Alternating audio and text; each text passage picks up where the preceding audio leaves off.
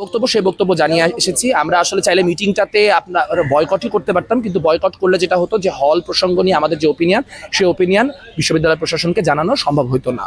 কিন্তু আমরা দেখতে পেলাম যে বিশ্ববিদ্যালয় প্রশাসনের জায়গা থেকে যেহেতু আমাদেরকে ডাকা হয়েছে, আমরা সেই জায়গা থেকে গেছি, আমাদের বক্তব্য দিয়ে আসছি।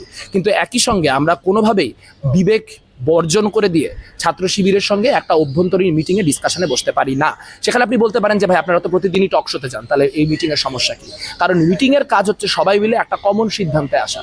তো এইটা বিভিন্ন স্টেক হোল্ডার নিয়ে একটা কমন সিদ্ধান্তে আসতে হবে। শিবিরের যদি ক্যাম্পাসে প্রচণ্ড পরিমাণে শক্তিও থাকে, তাও শিবিরকে আমরা সেই স্টেক হোল্ডার হিসেবে একসেপ্ট করি না দুইটা কারণে। প্রথমত, তাদের রাজনীতির যে ভণ্ডামি, তাদের যে গুপ্ততা বৃত্তি, সেই গুপ্ততা বৃত্তি কোনোভাবেই কোনো বিবেকবান ছাত্র সংগঠন মেনে নিতে পারে না।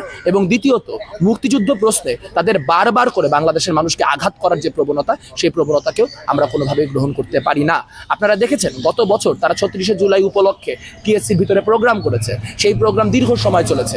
সেই প্রোগ্রামের বিরুদ্ধে তো কেউ কোনো বক্তব্য দেয় নাই। আমরা আমাদের মতো করে 14ই ডিসেম্বর আমাদের মতো করে বুদ্ধিজীবী হত্যাকাণ্ডের যে প্রতিবাদ, সেই প্রতিবাদ জানিয়েছি।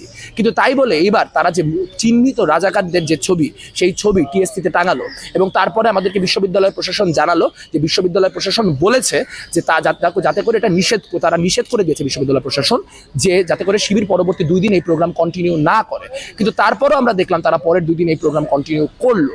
তার মানে হচ্ছে এই যে প্রক্টর না চাইলেও শিবির এই বিশ্ববিদ্যালয়ে প্রোগ্রাম করতে পারে। তাহলে আমার প্রশ্ন দর্শকদের কাছে এটাই যে বাংলাদেশের ঢাকা বিশ্ববিদ্যালয় বর্তমানকালে প্রক্টরকে সাইফুদ্দিন আহমেদ নাকি এস.এম. ফরহাদ? আচ্ছা, ঠিক আজকে কি কারণে বয়কট করলেন? ওয়াকআউট করেছি আমরা। বললাম তো আপনাকে, আমরা আমাদের অবস্থান জানিয়েছি, আমাদের যে বক্তব্য সেই বক্তব্য দিয়েছি।